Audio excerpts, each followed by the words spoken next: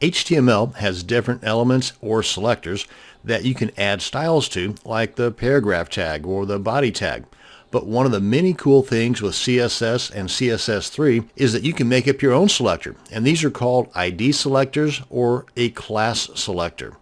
This video is on the class selector and how it's made and used. Class selectors are used whenever you have several different elements that may use the same styling. Let's say you want to style a few of the different paragraphs, but not all the paragraphs in your document. Or you want to style several H1 tags, but not all the H1 tags in your document. And that's where the class selectors come in at. And you may have noticed that all of these examples of a class selector begins with a dot. And here's what the CSS code will look like. Kind of a basic HTML5 document here, and I've got the CSS code right up here in the head section in between the opening and closing style tags. Now, I've got a few different types in here, but all three of these are class selectors. As you can see, this one begins with a dot, this one begins with a dot, but actually it is specifically for the P tag or the paragraph tag. Likewise with this one. Now, the way this is set up here, hopefully to avoid some confusion anyway, is that everything in the content down here or in the body section that use the class selector center will be centered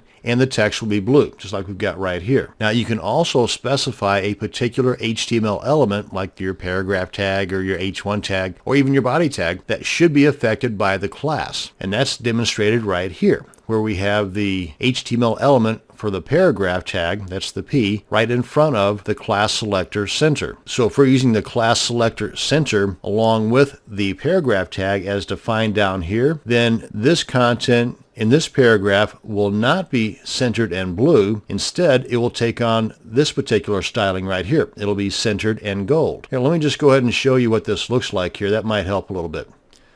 I'll open this up right here. So this bottom one here, where we've got the paragraph tag and the class selector center. And as you can see here too, by the way, that the dot is not included down here, only up here in the styling. But down here, whenever we write out the class selector center for this particular paragraph tag, then since it's defined up here as being centered and gold, that's why we're looking at it right here. Otherwise, if we did not have the class selector center defined for a particular element, in this case the paragraph tag, then it would take on the styling of right down here, just the center. The same way that the H1 tag is right here. Because as you can see, there's not a particular class selector center up here for the H1 tag.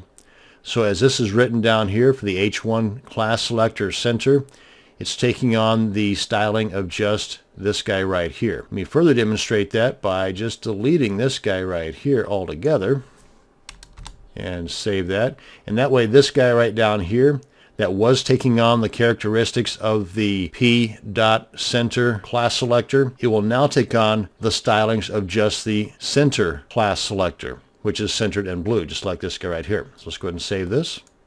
And there you go. And I went ahead and added this p.centeru just to let you know that yes, you can in fact make up your own class selectors, even if it means making up your own word in the process. And as we look down here, the p class centeru, that's this middle one right here, where we've got it taking on the styling of being centered and red. The beauty of using a class selector like these, or any class selector for that matter, is that you can use it on several different HTML elements. Now, if this were an ID selector, you could only use it on one HTML element. But that's the making of a different video. That's going to bring to a close this video on class selectors in CSS and CSS3.